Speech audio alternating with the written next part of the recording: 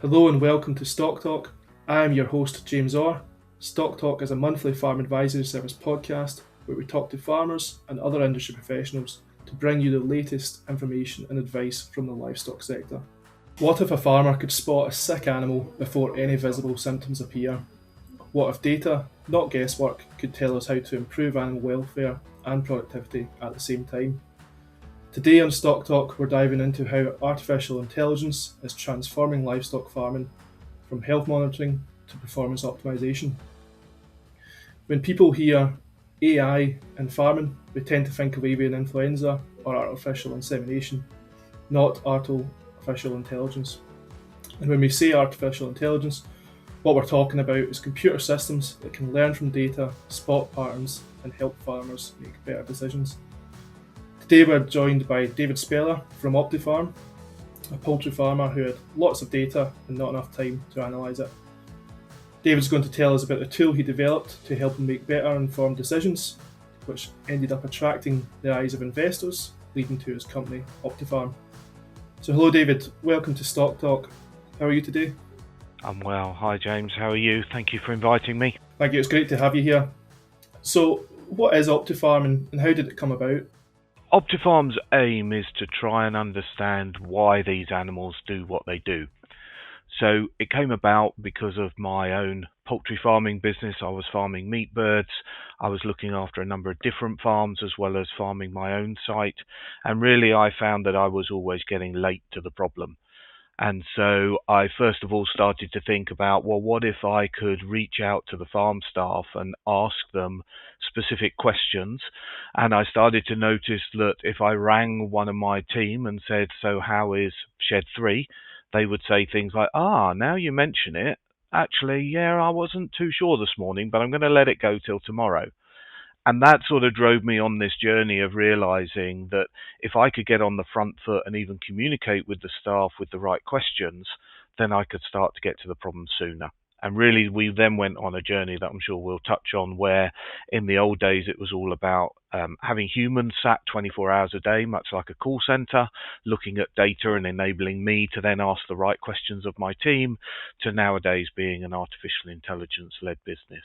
So it was really an internal need and wanting to understand not just that performance wasn't great or health wasn't great, but well, why? What caused it? There must be a reason. If I don't know the cause, I can't fix it. So the challenges you were facing on farm, I mean, how did this kind of the AI tool that you created, how did that solve it? It just allowed you to get ahead of the kind of problems? Yeah, I think what the artificial intelligence has done is really allowed us to accelerate, and where maybe my call center approach, those guys were dialing into farms every 1.5, 2 hours, and we extended that business to be international. So we had people dialing into computers all over the world, day and night, about every 1.5, 2 hours, running a sort of decision tree approach to, is the water going up? Is the feed going up? Is it the right temperature? Is it the right humidity? All the things that you would check within the data. But we could only do it every 90 minutes to 2 hours because it would take so long for a team to get round, and they needed to do a certain number of barns. Each person had to do 200 barns within one of their checks to make it financially viable. And really what artificial intelligence allowed us to do is to say, okay, we can't replicate every single thing those humans were doing, but we can replicate some of it and do it every 5 minutes. And we can create new algorithms and do new calculations that probably would have took the human 10 minutes to do. We can do them in split seconds. So really it's massively increased the granularity of how much you can go and look at things. And I would say it is better than humans. It's not fail safe, any artificial intelligence. There's sort of talk of artificial intelligence hallucinating. I mean, that's equivalent to human and human error effectively, but it's in the system. We haven't particularly seen it in ours, but we know that artificial intelligence is prone to it. It sort of makes up its own story if you're not too careful, but it's still much more consistent and reliable, I would say, on average, than a human. We humans are much more variable and inconsistent, whereas the artificial intelligence generally operates within the rules that you tell it to operate within, and that's just what it does.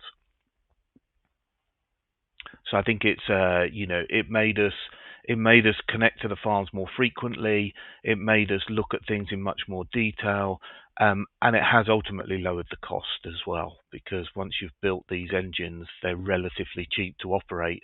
All the money goes into building the engine, much like training a human. All of your cost can go into that training and getting someone to a standard.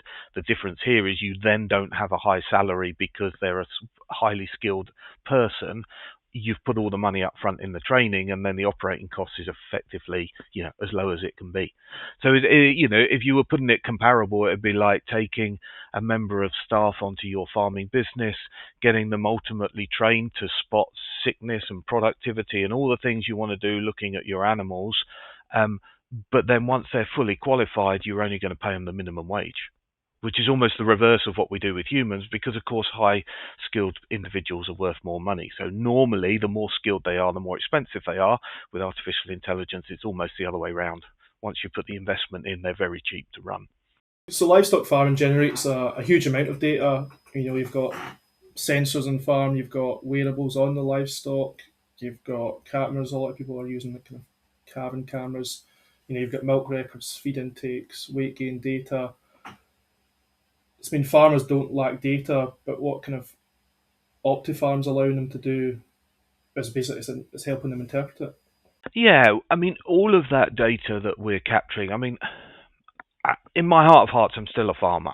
So I view it with some skepticism, even though I have my investors and my main life now is operating OptiFarm. So they might not necessarily like to hear this, but we have to be careful that a lot of this data, has it been generated because we can, or because somebody thinks that they want to develop some technology that generates that data, or is that data really answering a problem we've got, or is it just giving us more problems to go and look at? And so what I wanted to do was look at all this data that's out there and say, well, when you give that to me as a farmer, you can give it in a dashboard, in graphs, in a spreadsheet, in a table, however you want to present it to me. I'm still then expected to sit there and decide what to do with that information. You're going to present it to me as best the way you can. Red lights, green lights, lines up, lines down, whatever you want to do. But I've still got to interpret, okay, what do I do with that? Is it important? What does it mean? Why did it happen? So, the milk yield's gone down on any particular day. Well, great. Well, why? What caused it? Did I run out of feed? Have I changed my silage clamp? Have I got a different stockman? What's going on? I still had to do a lot of analysis and interpretation. And quite frankly, I would rather be with my chickens. Even for me, as a tech person who's built an artificial intelligence business now, if you gave me a choice, I'd rather go and be with the animals than I would sat looking at data and analysing dashboards. So the danger is that we get all of this data and ultimately we put more demands on farmers who want to be with their animals to sit in front of screens trying to interpret the data to then go and be with the animals. And really at OptiFarm, I wanted to break that down and say, let's go a step further. And as far as we know, we're the only ones in the world in any species that does this, which is really weird because it's such an obvious thing that don't tell me what happened if you can't then correlate that to, well, what do you think might have caused it? Such that I can go and have a look as the farmer at certain areas of my business or certain times of day, or automate the pattern recognition that I'm going to have to do if all you do is give me dashboards and data. And that's really what OptiFarm's about. And we've even gone on to the next level to then say, as people that are farming animals, typically we don't like lengthy reports. We don't like a lot of text. How can I use today's artificial intelligence language models to just come and tell you in words that you understand what's going on, where it's going on, and why it's going on? And that's it. That's all I need to know. Just tell me where my main problems are and tell me what you think's causing them, and then I can go and address them. I don't need all the rest. And that's another part that we might get into within this podcast, is that actually the more simple things feel for you as a user, I assure you the more complex they are in the background. So, for us to use things like Google Maps and Amazon and all these things that we find pretty intuitive, I can only assure you that there is huge amounts of complexity in the background to make it that simple. It really is not easy to make something that simple, even though it would seem to us, particularly us in farming, why is it so difficult? Just make it happen. It is actually incredibly complex, especially animals. You've got biological science and you've got animals, and then you've got humans involved as well. There's a lot of moving parts. It's a very dynamic world. Well, I'm a big fan of the KISS acronym, which is Yeah, keep it simple, stupid. yeah. But I would say to do that in the world that we're heading into means that we can't do that in the background. We have to have 20 people every day grinding out the detail, trying to work out all the complexities and the variability to keep it simple and stupid for what looks on the front end. And of course, then you're conflicting with, but now do I feel the value's there? Because to me, it looks very straightforward. Well, yeah, but there's millions of pounds worth of investment gone in to make it like that. But I totally agree. We don't have to overthink some of these things. Hmm. So, I mean, if we take it to the farm level, what kind of technology? So I'm a poultry farmer, and I want to start working with AI kind of decision Yeah, support tool. yeah. What kind of technology will I be using day to day? I mean, how am I feeding data from my farm into your system? Yeah, that was another key thing for me. We went on a journey with our investors and with the market where most technology that involves artificial intelligence, they're probably going to bring you some new hardware, some new cameras, some new sensors, new microphones, maybe robotics, whatever. Um, the problem with that is you can have a bit of a cost barrier to get started, and also how's that going to integrate with the rest of my business? And so what I wanted to do was say, how can I do clever things with information that's already there? And it turned out that in poultry barns, any controlled environment, as well as pig barns, where we also work today, um, they have a lot of sensors feeding a central computer that manages the environment, the feeding, the lighting.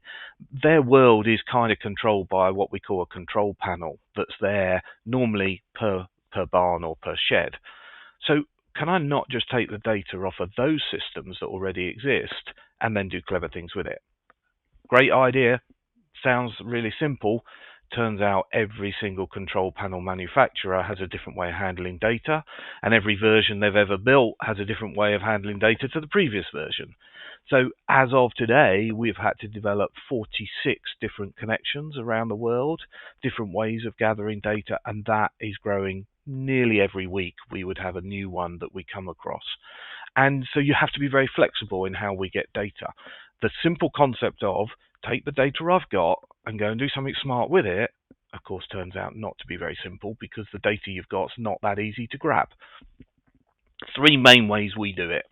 One is if the equipment is more modern, and certainly some of the new stuff that people would be buying for their farms nowadays, they have what they call data APIs. So these are, think of it just as a pipe that connects us to that data. And so this is a secure pipe. It goes just between them and us. And the farmer simply says to their provider, please share your data with OptiFarm, and hey presto, it joins the rest of the water going down that pipe, data going down that pipe, and we just receive it. It's really secure. It's lovely for us because everything's standardized and everything comes in and we can pick it up really easily. So that's a physical connection that we'll have with databases. Another way is that we simply receive every 15 minutes an email from someone's system that emails us a data file every 15 minutes. It just automatically goes into the farm computer, grabs some of that data, sends it to us every 15 minutes. Our system picks up the email, opens the file, puts those numbers in our database, and hey presto, we've got the data. The third way, and it in itself is using artificial intelligence, is we can come into your system as a user in a split second. So you just give us a username and a password, treat us as one of your staff. We will pop into your system and in a split second take a photograph, effectively a screen grab, of your PC or your computerized system, and we will take that image and use artificial intelligence to extract the numbers from the image and put them into our database. So we have to configure it the first time because, top left is temperature, top right is feed, bottom left is lights, that sort of approach.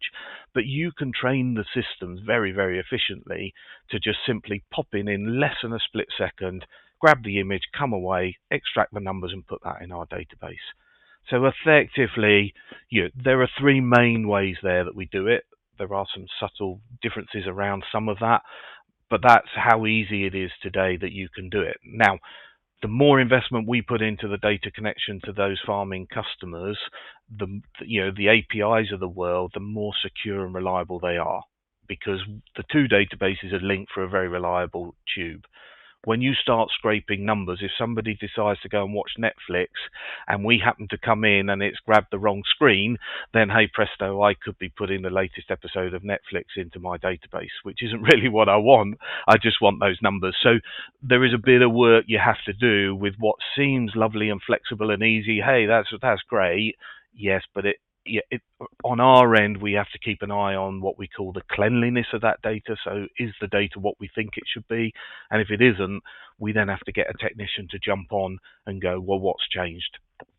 Someone's changed their home screen, someone's changed the font of the numbers, or whatever it is that's suddenly different. So yeah, there's also I'd like to think I'm a farmer and I find solutions. So when people tell me you can't or it's a problem, well, it turns out in this artificial intelligence world, no different to farming, there is always a solution. Get in the workshop, get the welder out, take it to bits, put it back together, and maybe add a bit of your own idea, and you'll find that it works. And that's great. That keeps my brain working a bit like a farmer. Again, at the farm level, we've talked about how the data gets from the farm to you. How does you're getting this data, you're analysing it. How's it getting back to the farmer? Is it coming through an alert on their phone? Is it telling them there's a problem, saying shed free? Yeah. What does it look like? We originally went on this journey of a phone app because we thought, hey presto, everybody's going to want a phone app, surely. We all have phone apps. And I think that is the right way to go.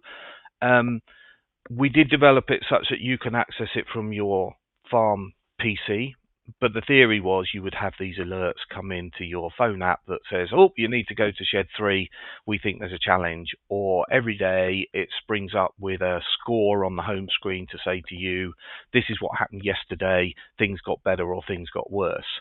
That type of approach. I think the reality is, and it's a bit of a warning for all of these data artificial intelligence technology systems that are coming along, we as tech providers have to be very aware that the farmers that are listening to this podcast, you're all busy and you've already got problems you're dealing with. We can't overload you with a million new notifications that you haven't already got. It's not like you're sat at home in the armchair wondering what to do. So again, there's huge amounts of complexity to get to a point where a notification is absolutely 99.999% certain it is a valid notification. And what you find is everybody remembers the one false notification. You only remember the one time Amazon didn't deliver to you the next day. You don't remember the 999 times they did. And that's exactly the same in the notification world. So the danger is, it's there in our app, people can use it, but the danger is it could be overwhelming. And the more granular these systems get, the more you're going to get challenges around how many notifications you want. One of our clients came up with their own structure of notifications they wanted us to build into their account, which we did. It generated 3,500 alerts a day, every day on average. That is not sustainable for anyone to receive that many alerts. You soon throw it in the bin. So I think where we are now is it's more about give a reasonable nudge, maybe once a day, twice a day, of look, this is your general score. You're never going to be 100%. So if your productivity is normally running at 76% and that's normal and that meets your financial targets and that's where you are, you're never going to be 100%. You farm animals in bad weather and you've got humans involved, so you're not going to be 100%. So you then just want to know, well, is it better or worse than yesterday? Because I was kind of happy yesterday. Oh, it's gone down 5% from yesterday. Maybe I want to investigate it. But kind of soften it in that approach. And the other one is make it so that people can investigate as they have questions. Maybe don't always go for the nudge, notify. If you allow the farmers to spend enough time with their animals, they're very often in a good place to say, I wonder what's happening in that barn. Or we don't work with cows yet, but I wonder what's happened to that cow. Or she didn't quite seem the same in the collection yard this morning. Or, oh, why is that cow over there in the field? She doesn't normally hover around over there on her own. Then you can quickly jump on and interrogate the data very quickly. And where it's all headed is like your sort of chat GPT. Just ask your data. Why is cow da da da changing her behaviour in the collecting yard? Why is cow blah blah blah out there on her own? And it will go, look at your data, interpret your data, and come back with the answer. Whether you needed to know that cow whatever was different in the collecting yard, I don't know, because the danger is you raise too many things that are not that concerning. I think as people go on the journey and you get a couple of 3 years into it and you build your data sets, you can build enough data to know what's a valid concern and what isn't. Maybe she was just, I don't know, behind for whatever it is. She had a lay in. I don't know. And it was just a one off and it's not a problem to her.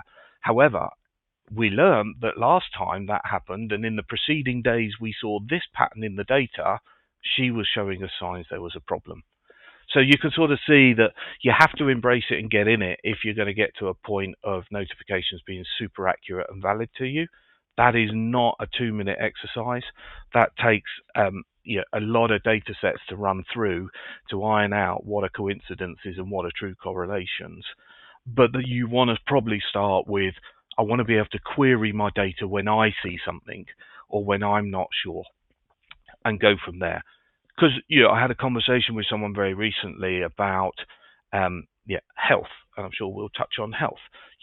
How early do you want me to tell you that your animals are being challenged? Because we are at a point where I can do it the moment the immune system is challenged in the animal. But I have no idea whether that animal's immune response is just going to knock out that challenge and it not be an issue. So if you go too far in your predictions, you're predicting things that are going to be inherently inaccurate, because there's a lot of variables between what you've predicted going to happen in 7 days' time and when you get to 7 days' time.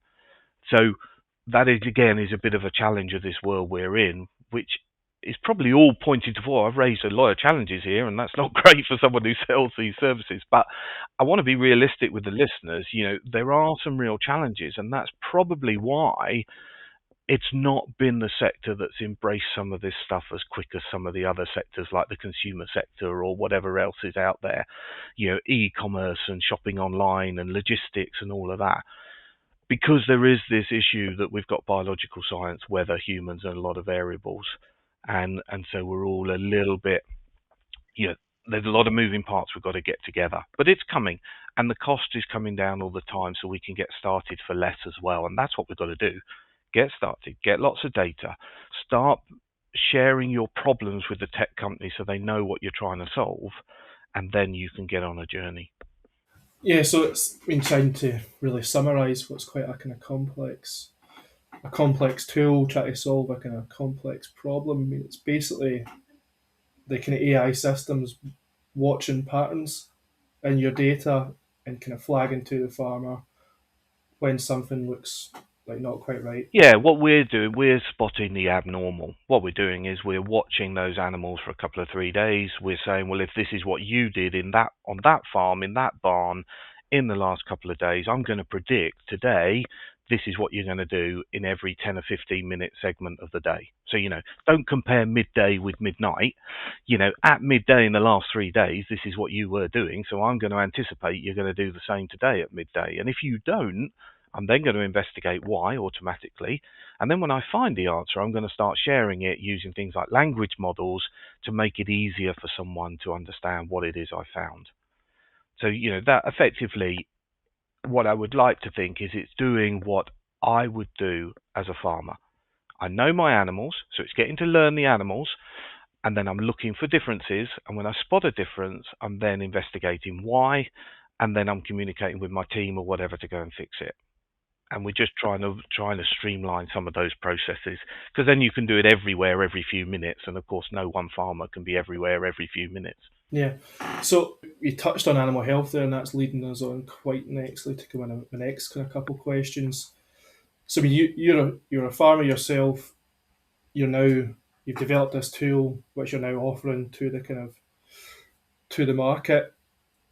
What's the kind of AI, you can monitor changes in movement, feeding behaviour, water intake, temperature, that kind of thing. Yeah, What are the benefits to the farmer of having these kind of like the data analysed? We're getting all this data is kind of, particularly in kind of poultry and dairy. Like a lot of this data is kind of analysed already. It's not analysed already. It's kind of gathered, but probably not yeah, analysed or utilised. What's the benefits? What benefits can a farmer see yeah. from having this data properly analysed?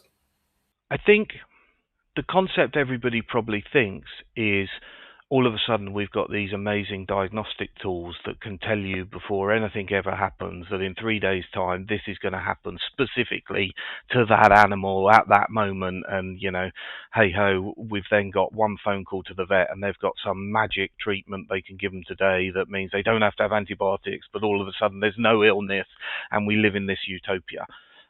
The reality is that it's way more complex than that. There are some tools in the marketplace that are specifically designed to diagnose specific problems. So you can monitor your cows walking or chickens walking or pigs walking, and you can start to pick up lameness. Or if you're doing genetic selection in a breeding herd, then you can pick out the ones that got the best conformation, the best gait score, all of that type of stuff. But a lot of it, to be honest, is about a slightly broader concept of what is my health status in my farm today. And again, let's bear in mind we're dealing with animals here. They're not all going to be in perfect health at any one time, but is my herd or my flock or whatever, my farm, generally running with this level of health score? And if it starts to decline, do I want to know about it as soon as it starts to decline? Because at that point I can start to then layer up, talk to my veterinarian, just keep an extra eye maybe, go in with a mindset. So in chickens, if they're going to get severe coccidiosis, the parasite in the gut, if you went in there knowing that the data suggests they're being challenged at this moment, you will be more critical of the droppings, looking for discoloration or slightly wetter droppings or whatever it is you're looking for, than you might do if you just went in there not really thinking about health. Because I'm in here just checking, are you eating, are you drinking, are you moving around okay, is the ventilation all right? There's a lot of things to look at, and you all look all right to me. But if I went in there thinking, your health score's dropped off a bit in barn 3, I perhaps just ought to go in and just be mindful when I'm walking around. Now you mention it, I am seeing an odd one or two. Okay, I ought to now have a word with my veterinarian or my area manager for my customer, or, there are some additives you can put in that are non-prescriptive. So, your sort of vitamins, electrolytes, those types of things, which can be some sort of therapy in a way to help the animal get over it or deal with it, rather than it getting so severe that ultimately anything you've got here is euthanasia or antibiotics. And in chickens, it's very often culling and euthanasia because you can't treat or justify the treatment of 35, 40,000 birds in a barn because 10 of them have got a problem. You probably could justify giving them all a little bit of a tonic and helping them all and get through it, but you're not going to go and treat them all with antibiotics. So I think there's an early warning type side of this health monitoring that I like as a farmer that gives me heads up at a particular time to be mindful. Or alternatively, your health score's the same as yesterday. And do you know what? I didn't spot anything yesterday. Nobody was dying yesterday. The vet's been out recently. We're all happy with where we are. So my herd or my farm is no worse. So I think that's kind of where you are. The theory is, yes, we can get early alerts, we can get the vets in quicker, we can get the professionals in. And I think it touches on a really important point for me, is that no one system or one person or one skill set necessarily has all the answers here. We're just multi-layering. We're just making a multi-tier cake. We're not relying on the base layer, because the base layer might be the veterinarian who's not there every day. What I want to do is put some data on top of that and build another layer. And what I want to do is then maybe get some other technology on top of that layer that is specific for certain things. So, I see my health score is dropping, but my camera system says it's not lameness. Well, then it isn't that, is it? So it's a multi-layer approach. And I think I'm surprised commercially, I'm surprised that we haven't seen more veterinarians jumping on this sooner. The animal health side and the information that these systems can pass to veterinarians Um, I think they've been healthily skeptical of some of what we're doing, and I understand that, and I understand that, you know, we're not trying to replace them with the technology. I don't necessarily think we can, not right now anyway. But I'm really surprised they haven't got more collaborations running with tech companies like ourselves. I mean, we do work with them, but it's not mass adoption. It's not, hey, we really want to know what these systems can give us. It's kind of, we know it's coming. We ought to just keep an eye on it and see what it's doing, and we ought to perhaps just make sure all our customers know we're still better than the technology. And there seems a bit of friction, and that I don't necessarily think is needed, but I understand why it's there. And I don't want veterinarians that are listening to this to think that I'm saying tech's going to take their job. I absolutely do not think it will. I think it will enhance them to do a better job. I think it'll get them closer to their customers' animals, and it'll allow them to go to bed at night knowing they are legally responsible for the health of that animal because the farmers signed up with them and they've got their oath as a qualified veterinarian, and we can make the vet sleep better because the vet could take some of this data and just know they're doing a good job out there with their customers. Whereas at the moment, they treat an animal and short of a phone call ringing the farmer back, until they get back, they don't really know. And that, yeah, that doesn't have to be like that. Yeah, nice. So what we're talking about here, we're not talking about AI kind of replacing anyone or taking anyone's jobs. It's really just giving them, I mean, superpowers for want of a better phrase. It's giving them a kind of another tool in their toolbox to help Yeah, manage their flocks, or if you're a vet, to yeah. manage your clients. Yeah, I think so. I think there are parts of the world where we work where, yeah, quite frankly, the the the perception of the consumer, the perception of the industry, automation will come certainly a lot sooner than here in the UK or even Europe. And so I don't see it, and I don't see there's a need for it. I don't see that, you know, that the industry is at a point where you can't or don't want to have a competent professional veterinarian relationship with your business. That seems a logical thing. What I would caveat that with is if we are all serious about biosecurity and transmission of diseases, then I think these tools could become quite powerful. you know, if there is something lurking out there, let's look at avian influenza in my world at the moment, or, God forbid, African swine fever arrives with pigs, or, one of these other diseases arrives in one of the other animal species. The last thing you want is vets running around doing testing, physical testing, and going up and down driveways. The best way would be to have a competent system that people had some trust in, that was just keeping a high level screening and only sending veterinarians to the higher risk scenarios rather than go everywhere because we think it's in that region. And I think there's not been enough, even in my own sector with avian influenza, there's not enough change in management practices that could really aid biosecurity systems and biosecurity protocols. But the problem with that I see is that when you get into the legislation around animal welfare, making someone legally responsible for an animal and making it where someone has to go so close to an animal in person, all of that was written before artificial intelligence was at the state it's at now.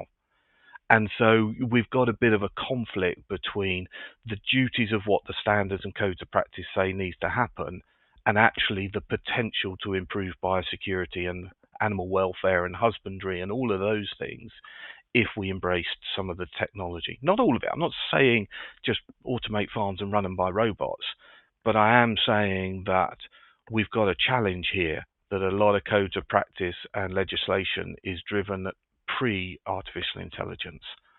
And therefore, it's not easy for us companies to devise or deploy systems that actually could enhance things like biosecurity. I mean, to take it back to kind of the effect of using these kind of AI tools. So, I mean, so for your clients, what kind of measurable changes have they seen in the kind of performance of their flocks or herds or Yeah. whatever it is? Generally, you're normally seeing the benefits through productivity.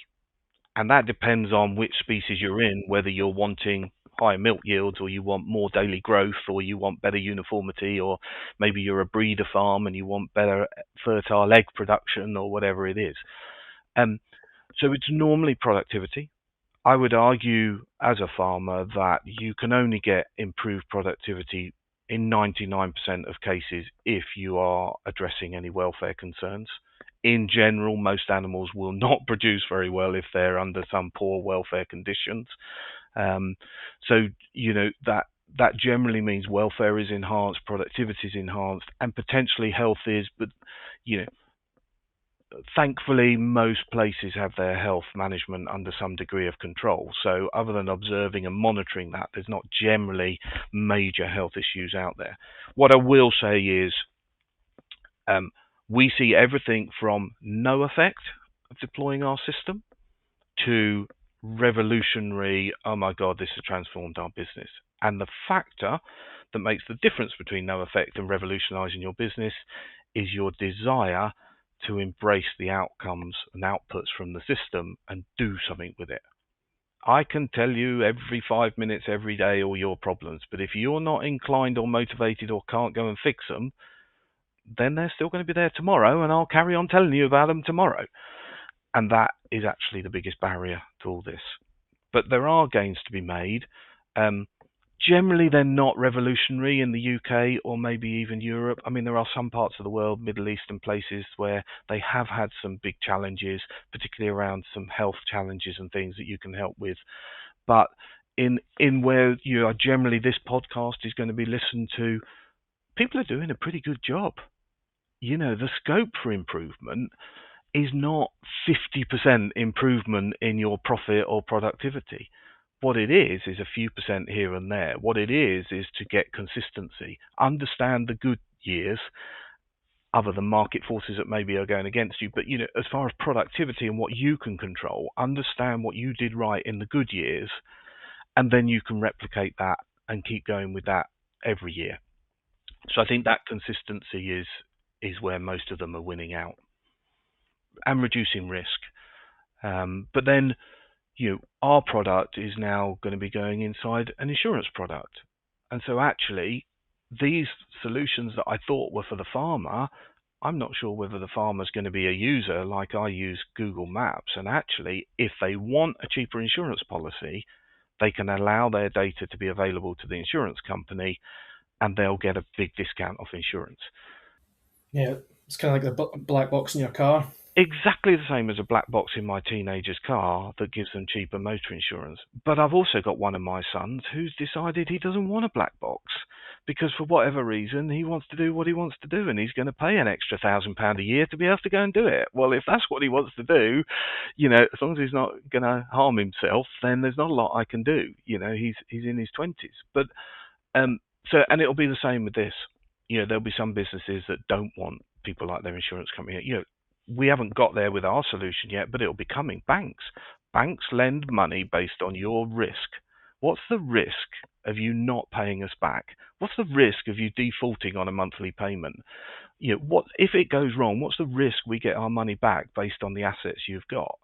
Well, data like ours is massively valuable to understand the risk of a business, which could lead to maybe slightly cheaper money or access to money you wouldn't have otherwise got. And those sorts of values are not necessarily as tangible as I got an extra 100 litres of milk today. But they are potentially big in numbers when you're talking big numbers around interest payments or loans or insurance fees or whatever else. So I think there's some other hidden value that we've yet to come. Yeah, so there's going to be some benefits maybe to performance, health and welfare. You might catch things a bit earlier, but there's also going to be benefits in terms of potentially cheaper insurance premiums. Maybe there might be access to kind of better kind of loan facilities from if your bank, if they know you're kind of able to monitor the farm at this level. Yep. Your equipment that you're buying, whether it's a milking parlour or a ventilation system or whatever it is, those companies want data like ours to know how their products are doing once they've sold them. So they can get on the phone and go, our engineer's passing your drive and we can see that there's potentially a problem building up here. Do you want us to come in and fix it? That brings a less tangible value, but of course now it's preventative maintenance. You're not waiting until something's gone bang just when you want to use it. it's actually well maintained and fixed beforehand. And so I think there's a lot more intangible value that's going to come from it than necessarily tangible, because as I say, I don't believe most farming businesses are doing a terrible job. So therefore there isn't the scope to double productivity. Yeah. It's something we talk about in consultancy all the time. It's the sum of small gains. We get Yeah, clients ask us to go out and see them and have a look through their books and that. They're hoping for kind of a silver bullet that's going to turn things around for them instantaneously. Whereas in yeah, reality, it's typically yeah, the sum of small gains.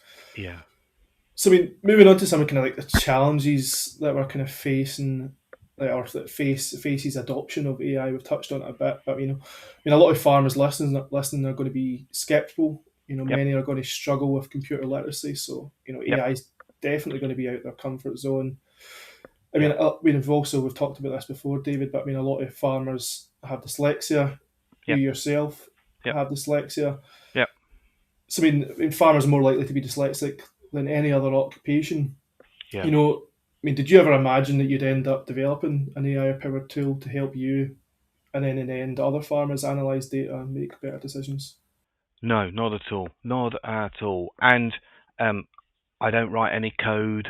I don't write the script for any of this stuff. Yeah, I have a team that based down in India that actually write the raw code, and I have people around me who understand the technical delivery rather than me.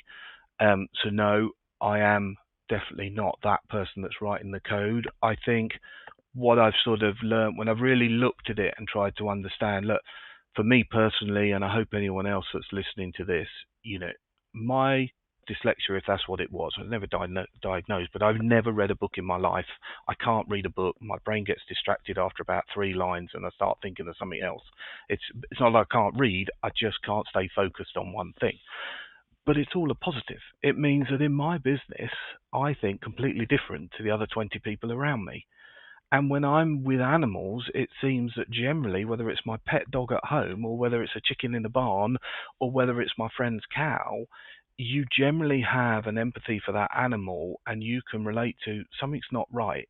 I can't tell you what it is. I'm just looking at it, looking in its eyes, looking at the way it's standing, looking at its posture. Something tells me intuitively that there's something wrong.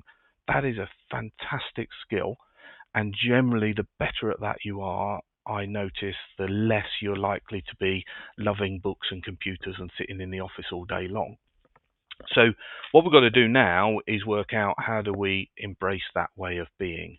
So instead of people being inherently, I really don't want to know about it, if it was seamless in your life, and if you are just talking to it, or if it's just coming across to you in a few words that you do understand, or it's a little audio file that you don't even have to read it, and it's in your local dialect with a local accent, just the same as you interact with yourselves as consultants when you go out and support them, um, then I think you'll accept it much, much better than when it's just a very cold, two-dimensional thing on a screen that, some of our best people on the chicken farms don't even have phones with cameras yet. They're not interested. They're definitely not posting things on social media. Yeah, they have a phone so the alarm can ring them and they can run to the chickens if they're needed, but beyond that, they're not interested. Yet they are the people who bang out the best results and do the best. So I think we're working on in my way of thinking. We have what I call right brain thinkers, which are your classically livestock farmers. You're right brain dominant. You are highly empathetic with the animals. You are an emotional decision maker. You're very creative. You don't like routine, which is why you like being with animals because they're not always predictable. Um, and generally, you won't make a decision based on return on investment. Yeah, if you're the business owner, of course you've got to survive, so it matters to you. But it amazes me how many decisions us livestock farmers make because we want to, or we think it's right, or we think it's going to be better for the welfare of the animals. If we drove our businesses purely on ROI, they would be a very different world to go and work in to what most livestock farms are in the UK. Yeah, left brain dominant thinker is your guy in my team who's writing the code, designing the code, very analytical, the data scientist, the person who's, really focused on the numbers and is the number going in the right direction. So I think that's kind of where we see it. I think it's a massive positive that people are different and that generally livestock farmers think in a certain way. It makes it difficult for me to sell to them because they're not interested in ROI. Yeah, we had a client in the US who told me I could make them $21 million a year at a cost of $500,000. They never took it up because he said, I don't want to upset my team. Because if this all fell over in 5 years' time, I can't go and re-employ those people. And actually, we're making money. It's not our biggest pain. So I'll sacrifice the 21 million. Thank you very much. And you think, crikey, if you're not going to change for an uplift of 20.5 million every year, then I'm not sure I'm going to bother selling to you on return on investment. I need to sell to you as in, have you got a problem you want to understand? And if you have, then let's do it. And so I think that's kind of where we view livestock farmers. But these new systems, there is a new thing coming, I will just mention, called small language models. So your Chat GPT, your Alexa speaker, or if someone's speaker's just gone off, sorry, your smart speaker, if you are talking to that, that is learned coding based on large language models. They took a huge population set from around the world, generally Americans, and they trained it on how we all speak to each other. The problem with that is that, as we know in farming, we all speak in a slightly different way. We use certain wording, we phrase things in a certain way, we have certain mannerisms in our language that say to other people in agriculture, we are in agriculture. What's coming is what they call small language models, where we could take conversation just from the farming sector or just from your Scottish farming sector if you wanted to, and or even just a region within Scotland. And you could train the language model on that such that its terminology, its phrasing, it would sound like the bloke down your pub. And I think that's going to be fantastic. But it's coming, and it will then take, well, who up there in Scotland is going to then offer themselves for the model to learn from them, and making sure that that's a representative sample of who you want it to sound like. Yeah. Well, for a podcast based in Scotland, where all the listeners will understand the problems of trying to speak to Alexa with a Scottish accent is very Yeah, challenging. yeah. Yeah. So, we've touched on the future there a bit. Where do you see kind of AI in farming going in the next 5 to 10 years? Do you think it's Um, going to become standard on farms? yeah, I think don't underestimate how much you've already got it. You know, if you've got a mobile phone, you're already embracing AI in your life. If you're listening to this podcast, there's probably some forms of AI here that are optimizing the sound or are going to optimize some sort of broadcasting, or you'll be cutting and snipping, and there'll be some tools in there that are being used. So it is there already. I think it's going to be less of a separate thing in your life.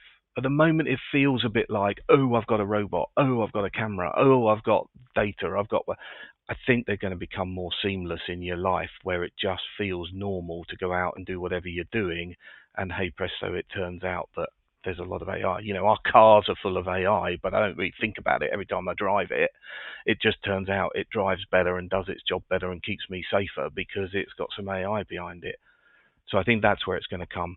I was just at a very large poultry conference in the US just a week or so ago, 10 days ago. And one of my comments coming back was pretty much every significant brand that's represented has some form of digitalization going on in that business that is publicly being made aware. Whether they're capturing data, whether they're embracing and collaborating with companies like us, whether they're buying companies and building their own portfolio of solutions, every stakeholder and supplier going into these farms will be using it and starting to bring it to the farms. And I think that's for the better. I don't think it's going to be intrusive. It's not going to take over anything. It's not going to start removing control from the farmer, but it is going to start to become a companion. It's going to be another advisor slash consultant in their lives that's just there all the time and hopefully makes their lives better. I think you don't have to worry about your job unless there are parts of the world where a lot of farmers are part-time because financially, or they don't want to be a full-time farmer. And so these solutions for them has meant that actually it does take the job away of being there all the time, because now they do their animals and then they work in the town 9 to 5 and then they go back to their smaller farms in the evenings. And so it's your choice. If you like being a farmer, it's not going to take you out of that role. You carry on being a farmer, and it's going to hopefully make your life better. If you're getting fed up of being a farmer, then maybe it will offer you opportunities to employ people or change your business model or not be as present if that's not what you want to be. So I think it's going to give you choices.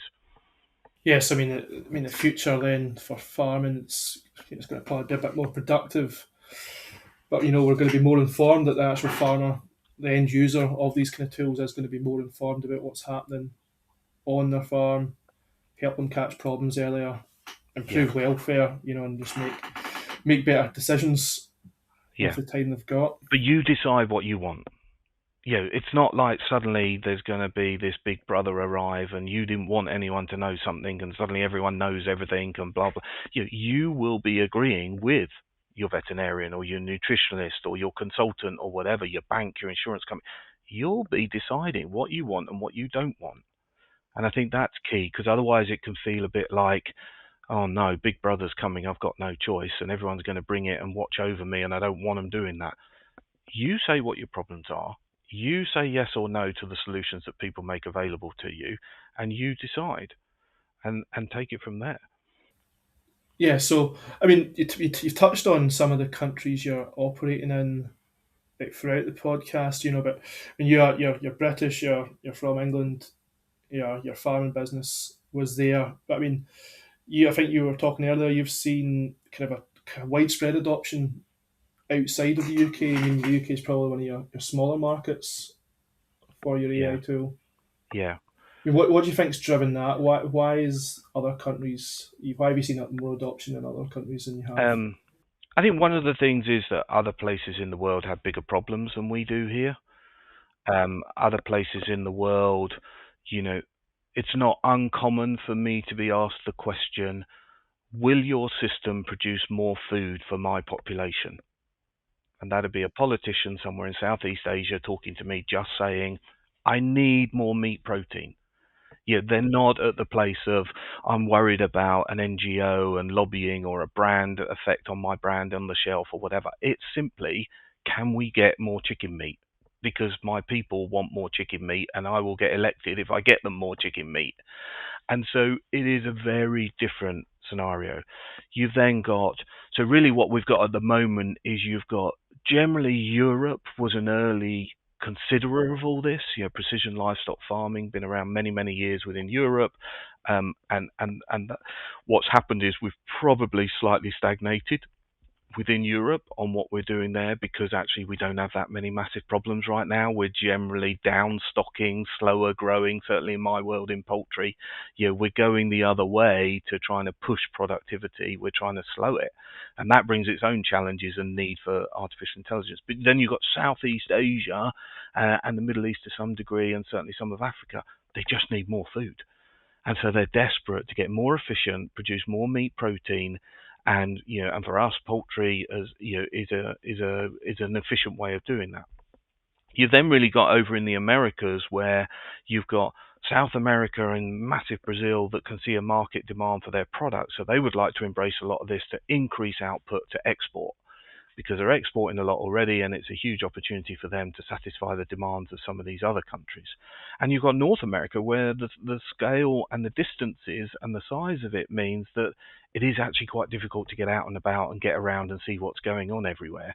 And the sheer scale and number of farms and buildings means that some of this stuff can really help them bring it in and bring it together. So everybody's got these different problems, but generally Southeast Asia really pushing hard, but there's a million tech solutions down there. We all know where a lot of technology comes from in the world. It's particularly hardware, Southeast Asia. You've then got the Americas that have now really turned onto it and got the scale to make it a success because if they embrace something, they do it on such a large scale that a couple of percent improvement is massive. And then you kind of got Europe that's doing its stuff, but kind of saying, yeah, but what's the real problem I'm trying to solve? And if you don't know the problem you're trying to solve, and you don't know when you want to solve it, and you don't know how much money you want to spend solving it, I can't really help you. Fantastic. So, one final question. If you could sum up the future of AI in farming in one sentence, what would it be?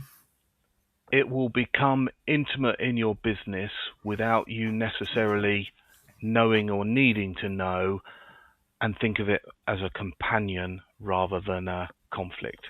Thank you very much, David, for talking to us today. It's been extraordinarily interesting, and it's certainly something that a lot of us probably wouldn't have thought about before. So thank you. Very welcome. Thanks for inviting me. Thank you for listening to this episode of Stock Talk. If you enjoyed this episode, please don't forget to subscribe or follow, and make sure you tune in next month for our next episode. Stock Talk is hosted by James Orr, produced by Kirsten Blackwood, edited by Kieran Sim, and our executive producer is Kerry Hammond. If you would like to get in touch or get more information about the podcast, please check the show notes for more details. Stock Talk is produced for the Scottish Farm Advisory Service in association with the Scottish Government.